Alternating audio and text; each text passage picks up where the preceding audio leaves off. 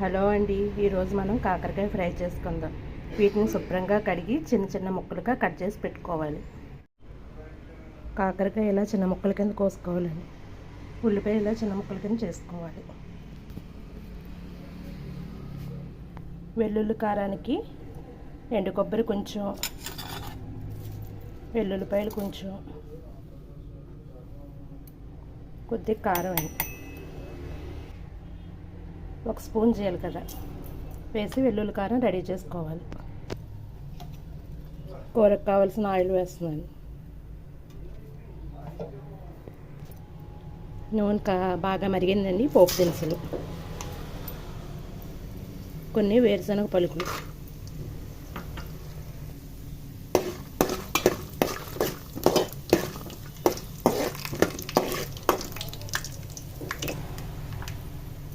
సన్నగా తరిగిన ఉల్లిపాయ ముక్కలండి,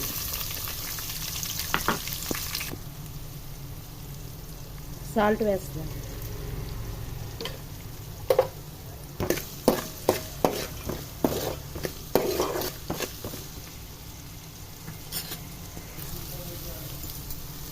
పసుపు వేస్తున్నాను.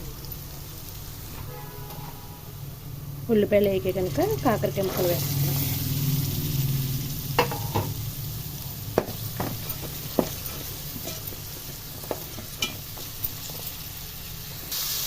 కాకరకాయ ముక్కలు బాగా మెత్తబడే వరకు వేపాలండి.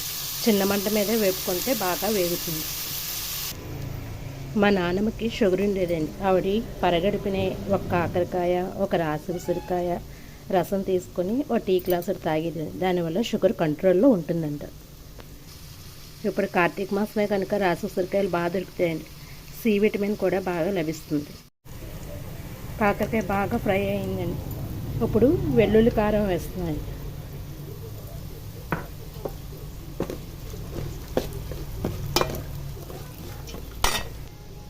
వెల్లుల్లి కారం వేసాక ఒక 10 నిమిషాలు వేపి ఉంచాలి. మీకు ఇష్టమైతే 1 స్పూన్ బెల్లం వేసుకోవచ్చండి.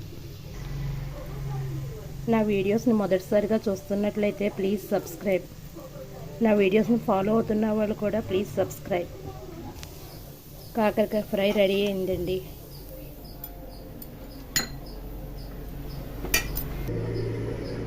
కాకరకాయ ఫ్రై రెడీ అండి. మా వీడియోస్ కనుక మీకు నచ్చితే లైక్ చేసి షేర్ చేయండి. Thank you.